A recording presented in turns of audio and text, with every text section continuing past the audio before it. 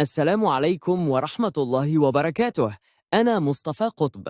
في سوبر 2025 الأهلي فاز 2-0 على الزمالك، لكن ليه الزمالك خسر؟ خلينا نحلله بسرعة.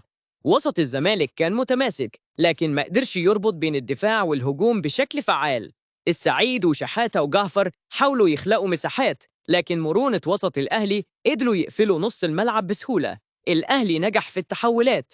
لما يفقد الزمالك الكرة، الأهلي يتحول بسرعة للهجوم المرتد من وسطه إلى الأجنحة، خصوصاً من تريزيجيه وبن شرقي، واستغل الفراغات خلف دفاع الزمالك. عاوز أزود كمان إن الأهلي اشتغل بخطة 4-1-4-1، وكمان كانت بتتنوع. في الدفاع بيبقى 4-2-3-1، وفي حالات الهجوم كانت بتبقى 4-1-4-1. وكان جراديشار بيلعب فولس 9، وده سهل كتير على الأطرف زي أشرف بن شرقي وتريزيجيه. الأجنحة إنهم يدخلوا جوه ورا المدافعين بسهولة. وكمان الدور المركب بتاع ديانج ومروان عطية اللي هنتكلم فيه في فيديوهات جاية.